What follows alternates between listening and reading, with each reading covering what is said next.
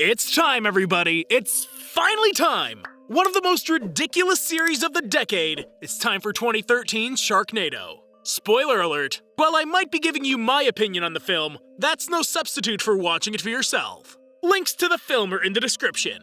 And for those of you that of course need to hear this, it's just a movie. All stunts are for the sake of story and shouldn't be attempted on your own, especially in Sharknado. Viewer discretion's advised.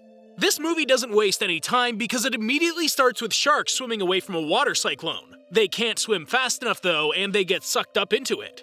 Just off the coast of Mexico, shark poachers get ready to throw an entire catch off the boat after cutting off their fins. On board, Captain Santiago is negotiating a business contract with Mr. Palmer. And after bringing a gun out to the table, they manage to strike a deal.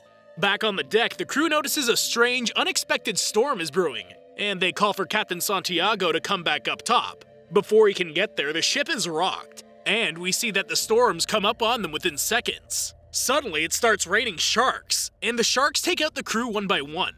It's pure cinema gold. CGI sharks are literally swallowing up the crew as Mr. Palmer and Captain Santiago have a shootout. The CGI here is absolutely terrible, but it gets a free pass since it's a sci-fi movie. No one comes to watch a sci-fi movie because it's Oscar nominee worthy. We come for the pure entertainment value, and that's exactly what we're getting here. Back on shore, Finn walks the beach with his friend Baz, and he goes out to catch some waves. After waiting most of the day for some good waves, Baz takes him farther out to catch something good. Back at the restaurant, Nova's serving customers, and she watches the news with George as they hear about the strange weather.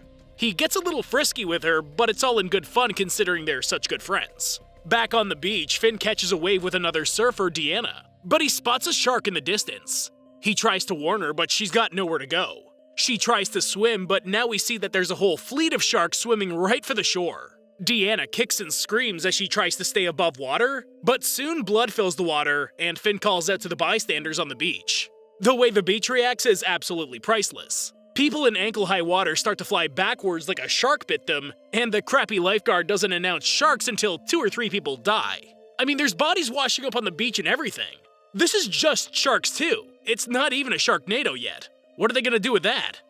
After a shark attacks Baz on his jet ski, Finn hops in and drives them to the shore where another crappy lifeguard tries to help him.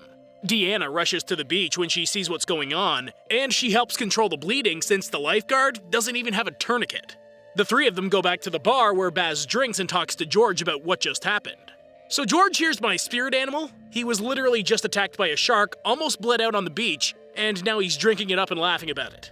Nova tries to get a little closer to Finn, but he points out that he's her boss still. The news shows that the storm is only going to get stronger, and Finn decides to call his ex-wife April. He checks in with her to see how her and his daughter Claudia are doing, and she makes it a point that it's not his job to protect them anymore. After she hangs up, Finn decides that he's going to close the bar for the day. Then a random shark blows in through the window and Nova uses a pool cue to kill it. After gathering something they can use as a weapon, the 4 friends leave just in time before the sharks really start flying in. The storm's so bad that it dismantles the Ferris wheel, and sharks are flying in left and right. Also, people just pop up and start running from all over the place. There weren't even this many people on the beach to begin with, and now there's a whole city worth of people running like mad people. After they make it off the beach, Finn looks back to see that he's lost the bar, and they decide to go get April and Claudia. As they go farther inland, they notice that the streets are flooded, and sharks are swimming through the streets now too. They decide to head to the freeway since it's way above ground, but apparently everyone else had the same idea. They bob and weave around people who don't know what's going on, and they find that the water's crashing the bridge. Finn decides that he just can't sit and watch people as they get eaten by sharks. All 4 of them start evacuating the ramp to the freeway, and they eventually all make it back to the car. All except George, that is. He gets eaten by sharks. And our main characters act like they didn't just watch one of their good friends get eaten by a shark in the middle of the freeway. Actually, the only people that are reacting properly are the random bystanders that are running and screaming like sharks are flying from the sky. As they make it into Beverly Hills, they get to the house, and we see that the sharks are coming out of the flood drains. Something else I noticed, Baz was brutally attacked by a shark earlier and almost bled out. But now he's running around without the slightest limp. Does Baz have the elixir to life? Or is he the next Wolverine? I'm sold on that. April answers the door, but she's none too happy to see Finn there. It's only after a shark flies out of a manhole and Nova shoots it that April lets them all come inside.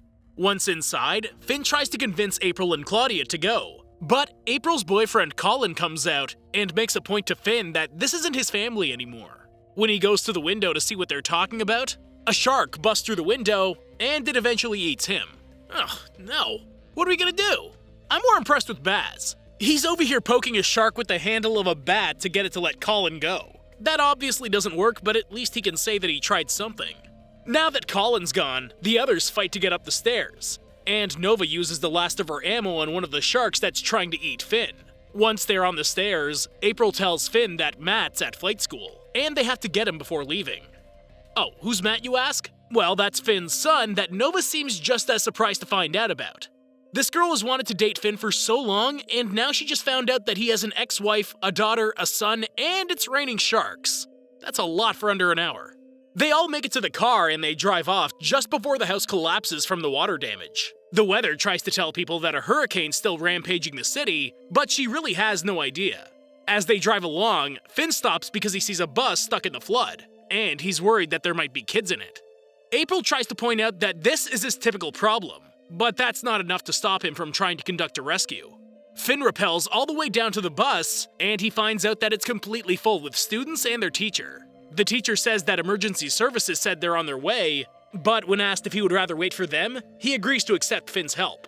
They manage to get all the kids and the teacher up, but when it's Finn's turn, a shark manages to get itself tangled up in the line. He quickly cuts it and Baz helps pull him up.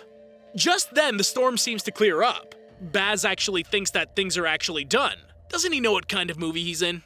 Believe it or not, things haven't gotten ridiculous enough yet. Just then, wind tears apart the Hollywood sign, and the survivors try to dodge the debris.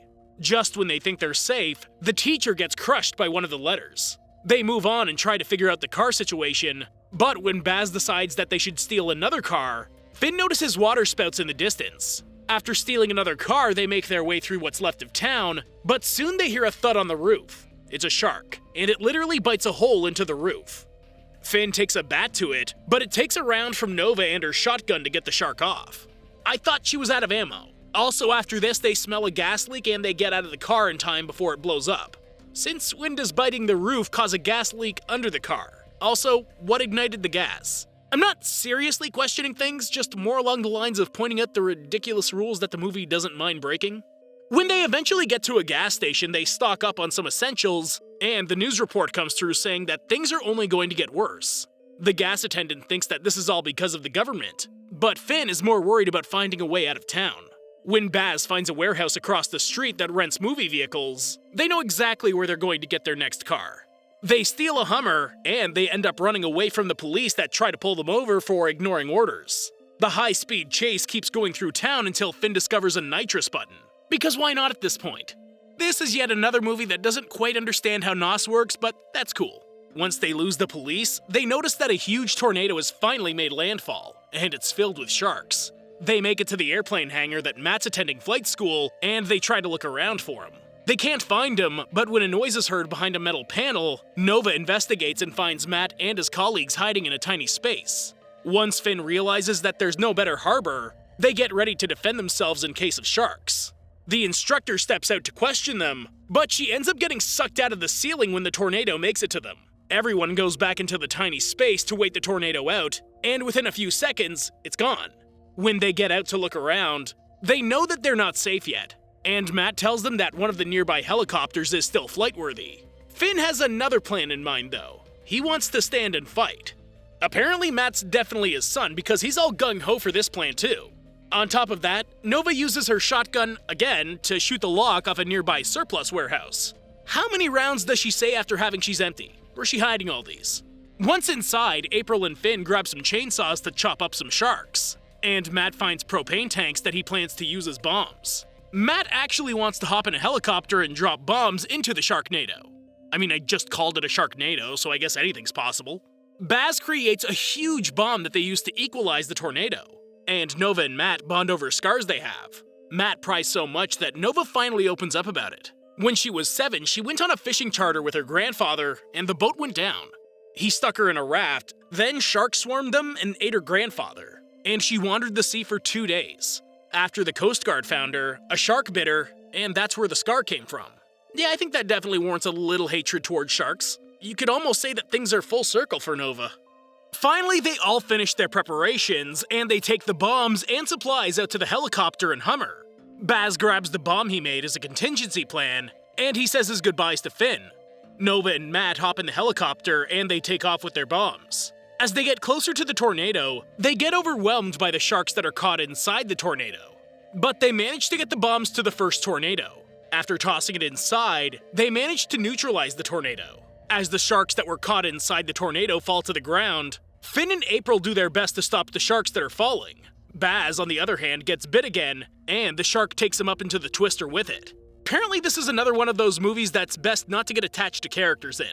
I'm not comparing this to Game of Thrones by any means, but now my favorite character is definitely not in the sequel. No one will ever come close to Baz. Rest in peace. Matt and Nova go to the next tornado and they try to do the same thing. It works like a charm, but this leaves Finn and the others to handle the sharks that are raining down. He's still shooting rounds out of that shotgun. Soon Finn saves an elderly couple from a shark in the living facility's pool, and he decides to light it on fire next. Matt and Nova head to the last tornado to set off the bomb, but it doesn't go as smoothly as the last two. For some reason, this bomb doesn't do the trick like the other two, and Matt goes to take the helicopter back to base. A shark manages to grab a hold of the helicopter, and Nova takes a knife to stab it. She ends up falling with the shark, and a completely different shark eats her in one bite. Matt manages to land the helicopter in the middle of a parking lot, and Finn runs over to grab him out. Finn decides that this has gone on long enough, and he goes to finish things. Don't you love how Finn always acts like he had the solution all along, but he didn't do it because he wanted the story to progress? Yeah, me too. Finn jumps into the Hummer and activates the big bombs that Baz built and left behind. He drives it straight at the tornado, and he hops out just in time to watch the bombs go off and destroy the tornado. When he runs back to his family, he pushes Claudia to the side and leaps into a shark with his chainsaw going. We all know that the movie doesn't end like that. There are literally 6 of these movies. He's gonna be around for a while. Finn cuts his way out of the shark from the inside out, and it turns out that this is the same shark that ate Nova. He looks after Nova until Matt arrives, and Matt yells at her to wake up. Naturally, this is enough for Nova to come back to life, and she smiles when she sees Matt hovering over her. In the end, Matt finds out that Nova's real name is actually Jenny, and April can't help but to kiss Finn. As they look out at the destruction the Sharknado caused, the credits roll. I love Sharknado. I was one of those fools that watched them as soon as they came out once I discovered them. If we want to make this the first series I do in full, go ahead and tell me in the comments. Give it a shot though. Thanks for watching, and I hope you enjoyed the video. Don't forget to like and subscribe for more like this one. Comment what you think I should watch next, and I'll see you in the next video.